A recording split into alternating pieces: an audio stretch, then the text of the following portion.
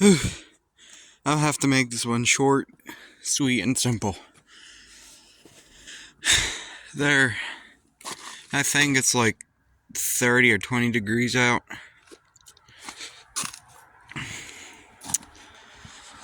And there is a lot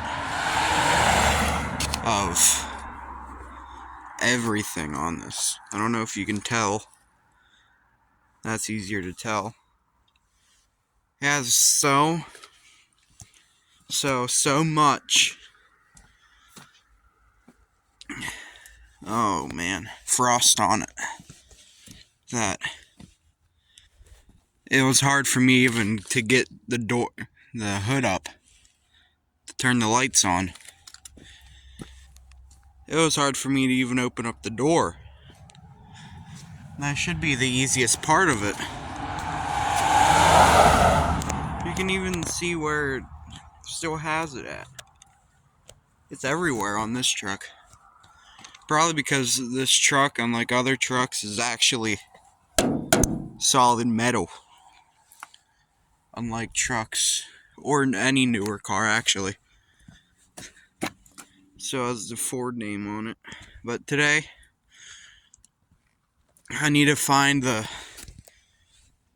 100% for the lights on this, for that. So coming down here, I'm not going to do it because the battery's there, but coming down here, I think it's that thing right there. You plug the bulb into it, then you just jam it in there. That's my guess. Because to make it road legal, it needs to have those lights. And I have a question for everyone on here. So, the engine hasn't been turned on to charge the battery. The alternator hasn't worked to charge the battery. Well, it works, it's just it hasn't been charging the battery. But ever since 2 videos ago, when I uploaded the video, oh no, I think it was 4 days ago. Whatever video ago was whenever I was demonstrating how the lights worked, or how bright they were. I unplugged the jump pack,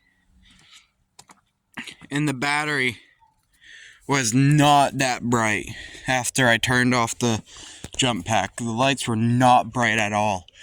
It was about to that brush right there, right beside the mailbox. I don't know why, but earlier I came out and it was brighter whenever I turned the lights on earlier. All the lights were brighter. I don't know why, but all the lights were on.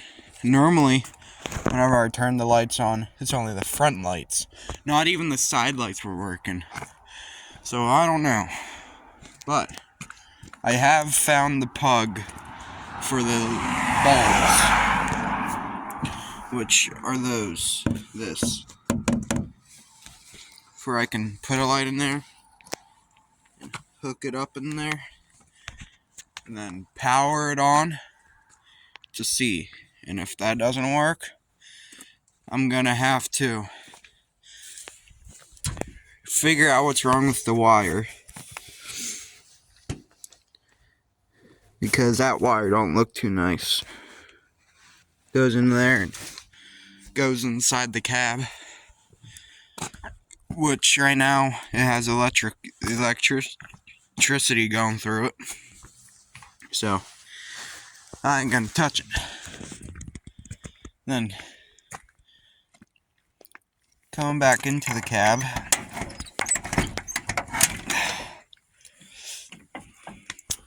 that light's brighter than ever. That light has actually been brighter than ever. Like I was explaining earlier,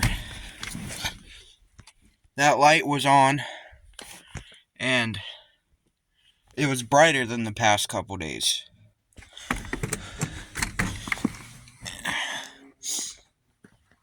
And now I don't know what to do because I don't understand it. But the lights were not that bright, and none of the lights were working. But I turned it on earlier without the jump pack. I turned all the lights on earlier without the jump pack. All the lights worked at the same time, besides from the blinkers. Well, not the blinkers, the hazard lights. I don't understand it. But right now, I have the high beams on. But everything works whenever I hook the jump pack up, besides from the turn signal light over here and the turn signals.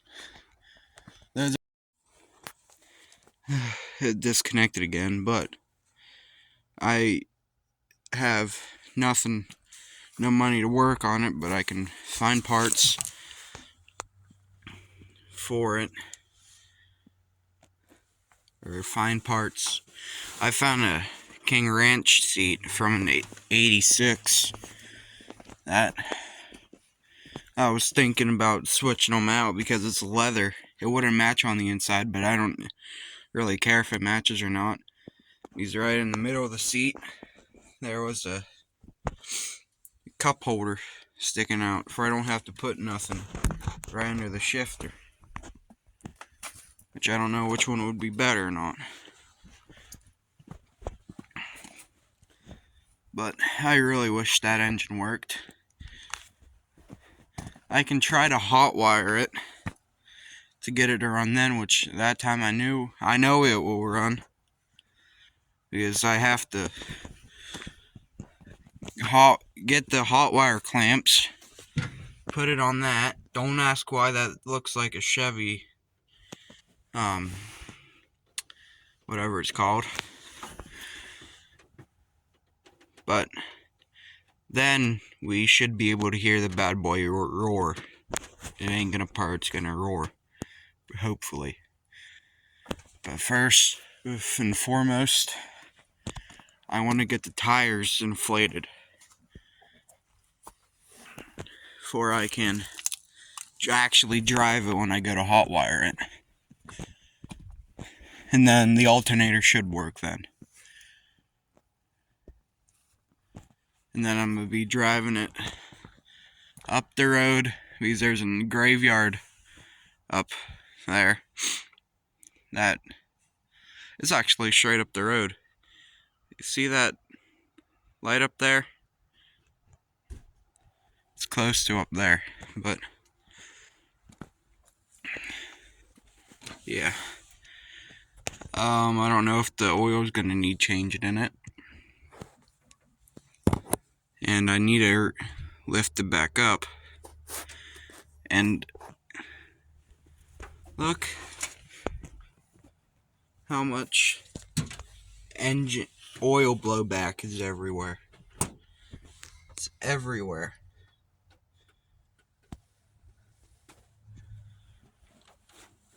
That's, I guess, what I get for getting a Ford given to me, which I love the thing, but still, it has a lot of oil blowback. It's even worse on the transmission, because there's oil leaking out onto the transmission.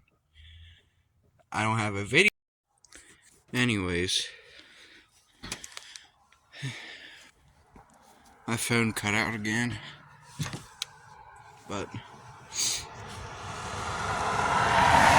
it has a lot of oil blowback. There's one worse car that I've seen with worse engine blowback on a YouTube channel, Junkyard Diggs, whenever he was driving that 1970s Ford, I think, County or Country Square. But yeah, this has worse engine blowback. Not engine my brain's not working properly, because look how dark it is. It's even darker than what I would expect. still.